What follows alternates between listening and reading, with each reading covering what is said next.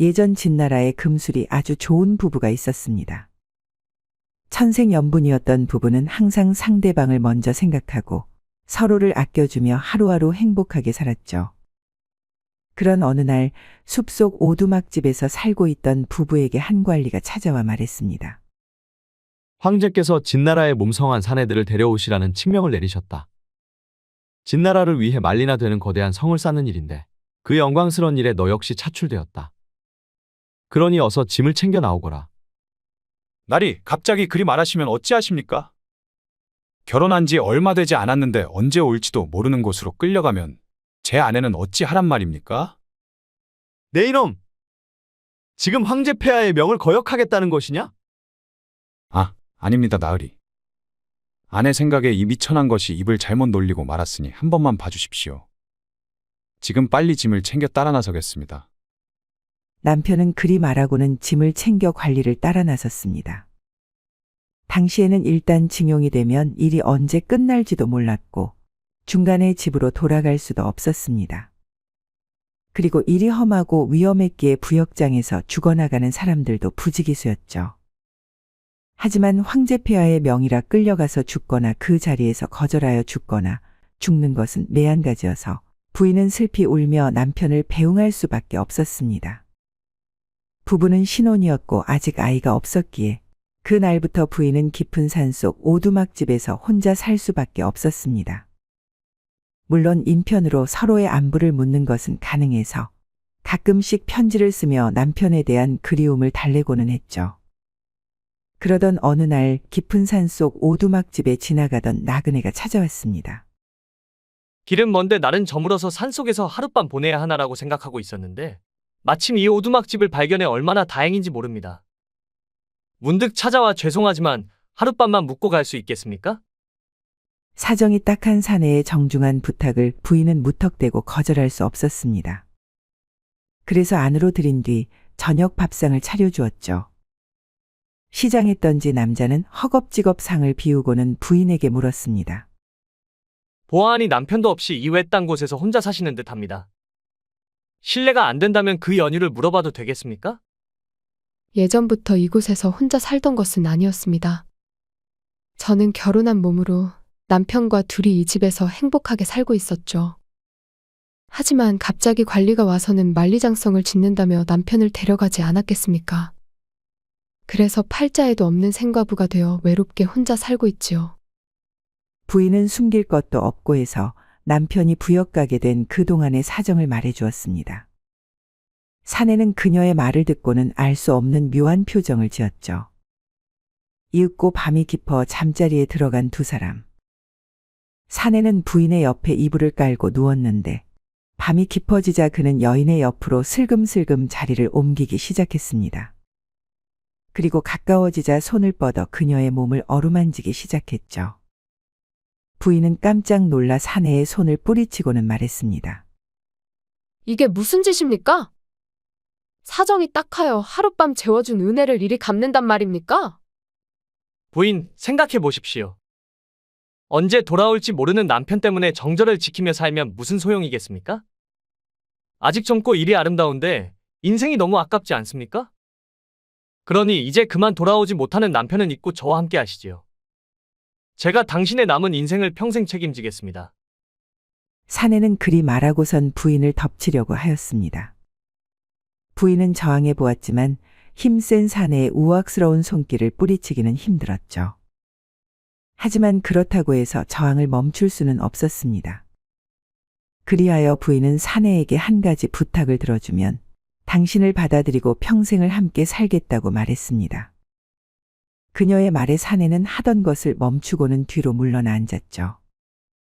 당신과 함께 할 수 있다면 어떤 부탁이라도 들어주겠소.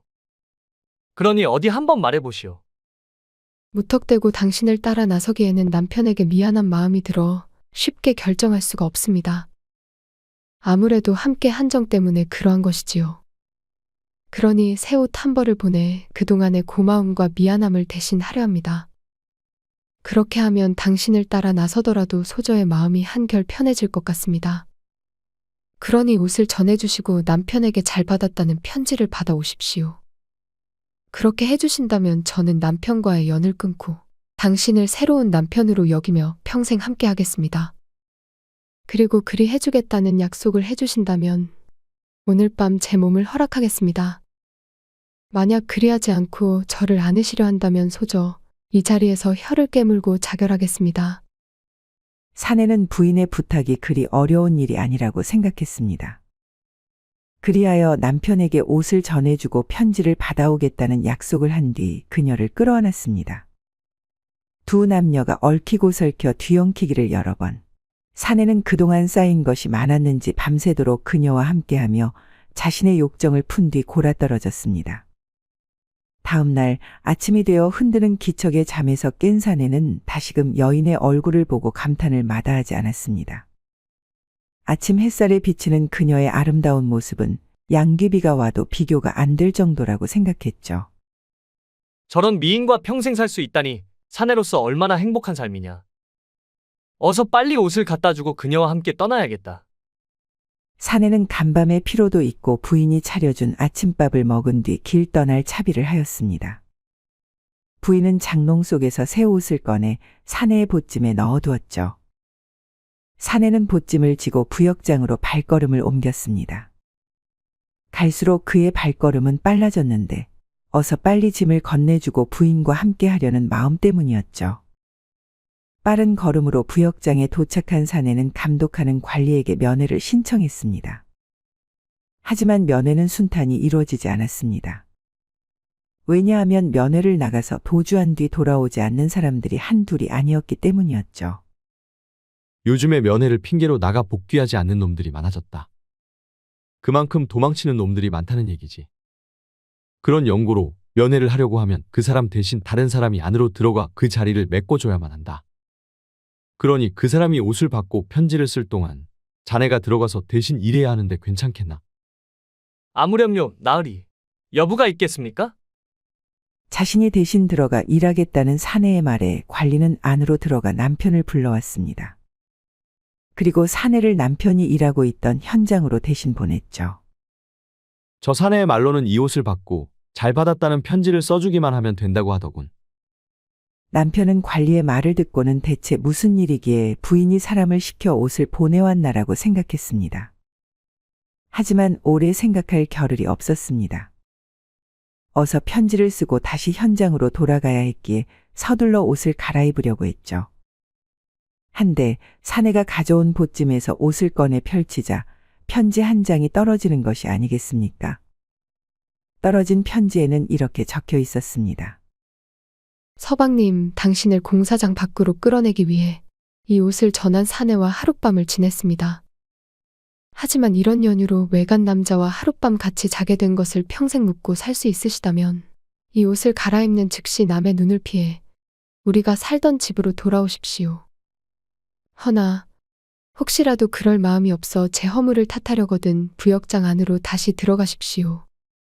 그리고 저를 평생 잊고 사십시오. 다른 남자와 하룻밤을 보냈다고는 하나 그것은 자신을 부역에서 빼내주기 위해 벌인 짓이었기에 용서하고 다시 아내와 오손도손 지내는 것이 낫지. 어느 바보가 평생 못 나올지도 모르는 만리장성 부역장에 다시 들어가서 교대를 해주겠습니까? 남편은 편지를 보고는 옷을 갈아입고 관리가 소홀해진 틈을 타 곧장 아내에게로 향했습니다. 아내 역시 남편이 자신을 용서하고 돌아올 것을 알았기에 집 밖에 마중 나와 있었습니다. 그렇게 둘은 감동에 재회를 하게 되었죠. 나중에 부역장에서는 남편이 도망쳤다는 것을 알았지만 그를 대신할 다른 사내가 일하고 있었기에 굳이 뒤를 쫓지는 않았습니다. 어찌됐건 인원 수만 맞다면 상관이 없었으니까요.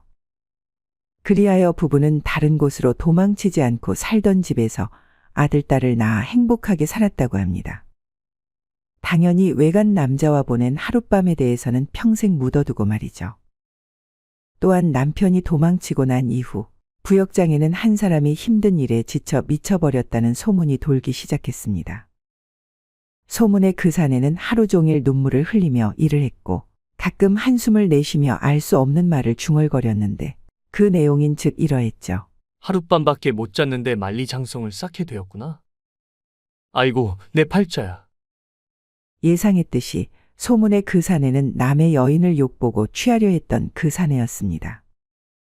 여인의 꾀에 넘어가 죽을 때까지 만리장성을 쌓는 부역장에서 일하게 된 것이었죠.